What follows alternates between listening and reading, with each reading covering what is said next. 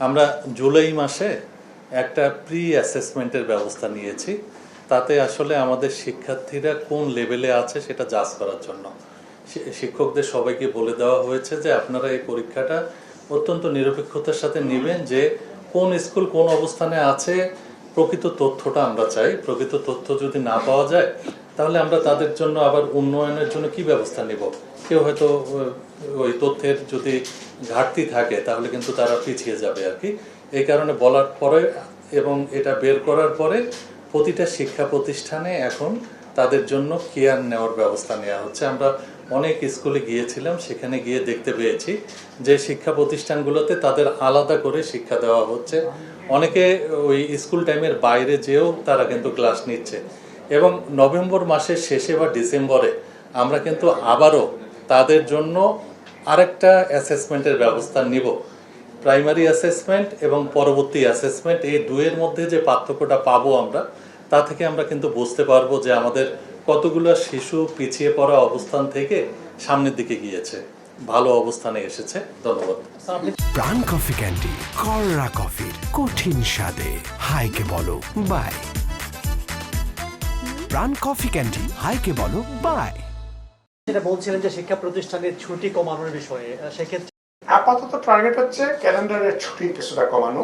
কারণ আমরা যদি ওইটাকে 2 দিনকে 1 দিন করতে চাই, সেটা আসলে সব ধরনের শিক্ষা প্রতিষ্ঠানে একই রকম। ফলে আমরা আলাদাভাবে প্রাইমারিকে করা একটু কঠিন। একটা শিক্ষকদের পক্ষ থেকে এক ধরনের দাবি আছে যে শিক্ষকরা হচ্ছে মানে ভ্যাকেশন ডিপার্টমেন্ট, তার নন ভ্যাকেশন হতে চায়। এটার সঙ্গে সরকারের আর্থিক এক ধরনের সংশ্লেষের প্রসঙ্গ আছে। ফলে এই ধরনের একটা চিন্তাও আছে, কিন্তু এই বিষয়ে আমরা সিদ্ধান্ত নিতে পারিনি। কিন্তু আমাদের ক্যালেন্ডারের যে ছুটিগুলো আছে সেই ক্ষেত্রে আমরা কিছুটা এটা ফাইনাল হলে পরে আমরা কিন্তু ডিক্লেয়ার করে দিই, তখন জানবেন। মানে আমরা এটাকে ফাইনাল করে আপনাদের কাছে প্রচার করে দেব। প্রাথমিক বৃত্তি পরীক্ষা নিয়ে একটা সমালোচনা হচ্ছে। আপনারা বৃত্তি পরীক্ষার সিদ্ধান্ত নিয়েছেন এবার নেওয়ার জন্য, সেটা 16 বছর পরে। এটা কেন আপনারা সিদ্ধান্ত নিলেন? সেটা শুধু সরকারি স্কুলগুলোতে কেন আসলে? ব্যাপারটা হচ্ছে, আমি বলবো আইডিয়াল উপায় ছাত্রকে অ্যাসেসমেন্ট করা হচ্ছে, এটা হচ্ছে ক্লাসের রেগুলার অ্যাসেসমেন্ট। এটা কুমুলেটিভ পরীক্ষা না। This is the ideal thing.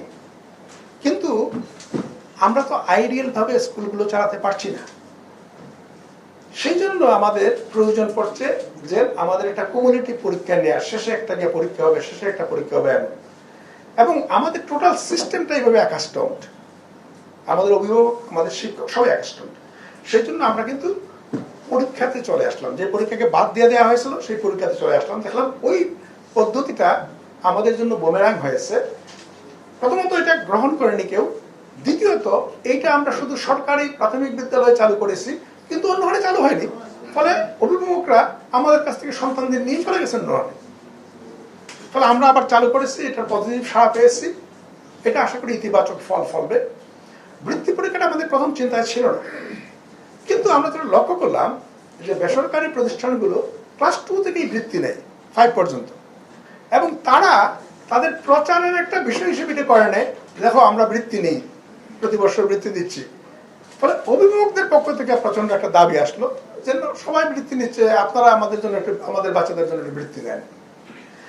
আমরা দেখলাম যে এতে এক ধরনের প্রতিযোগিতা হবে, যে মানে ক্লাস স্কুল থেকে কয়েকজন ছাত্র হবে, সিলেক্টেড হবে। ফলে একটা অভ্যন্তরীণ প্রতিযোগিতা হবে যে আমরা মানে কাদের পাঠাতে পারি, এবং তারপরে স্কুলগুলোর মধ্যে প্রতিযোগিতা হবে একটা। আরেকটা বিষয় আমরা লক্ষ্য করেছি যে আমাদের প্রাইমারি স্কুলগুলোতে যারা পড়ে এদের বেশিরভাগ অংশই হচ্ছে গিয়ে অর্থনৈতিকভাবে তুলনামূলকভাবে খারাপ অবস্থানে রয়েছে। এবং অনেকেই কিন্তু এই যে ঝরে পড়ার হার বাড়ছে, মূল কারণটা অর্থনৈতিক। ফলে আমরা যদি বৃত্তির মাধ্যমে তাদের কিছু আর্থিক প্রণোদনা দিতে পারি, তাহলে হয়তো তাদের হাই স্কুলে পড়া চালিয়ে যাওয়াটা অনেকটা সহজ হবে। এইসব বিবেচনা থেকে আমরা বৃত্তি চালু করতে যাচ্ছি।